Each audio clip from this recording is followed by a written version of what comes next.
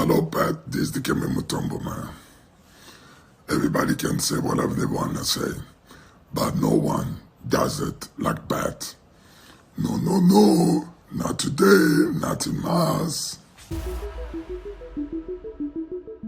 And welcome back, Pat from the Fantasy Basketball Show. Today we're going to be taking a look at some sleepers once more, players you might want to get right now that could really rise up and maybe help you win your championship this year. So before we start, let's get to our card of the day as always. So today we got a Carmelo Anthony EX. These are some cool plastic cards. It's a rookie. Stay tuned. We got more rookies from that class coming up in future card of the day videos. So also before we start, make sure to hit that like and subscribe button with notifications on. You'll keep getting these videos as soon as we post them on a daily basis. If you have any questions about your team, ask us in the comment section below. We'll answer every single question.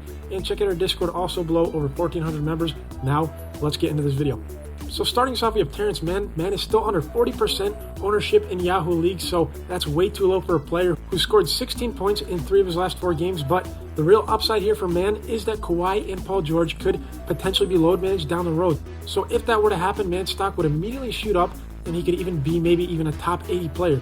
So in 29 minutes of action this month in February, Mann's averaging an absurd 65% from the field and 86% from the free throw line. He's also averaging 15 points, 3 assists, 5 rebounds. So he's really contributing all around, a player that you really want to get to help round out your roster for sure. So get him as soon as you can. It's important to start setting yourself up like this with players for the fantasy playoffs. And then to Jaylen Suggs. So last month in January, he was getting only 16 minutes per game. This month in February, his minutes are already going up to 24 minutes per game, and he's already starting to get close to 30 minutes per game in the last week. So Suggs is a steal aficionado, averaging 2 steals per game in the month of February. In that 7-game span in February, he's already posted 3 steals 3 times, so that's a pretty good accomplishment in that span of time.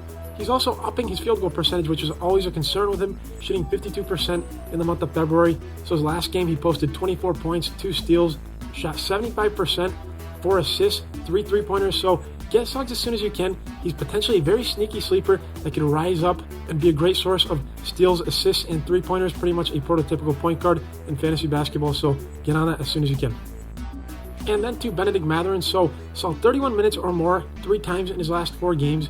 The Pacers are also close to being out of it, and if that happens, they can really unleash Benedict Mathurin for that last stretch of the season.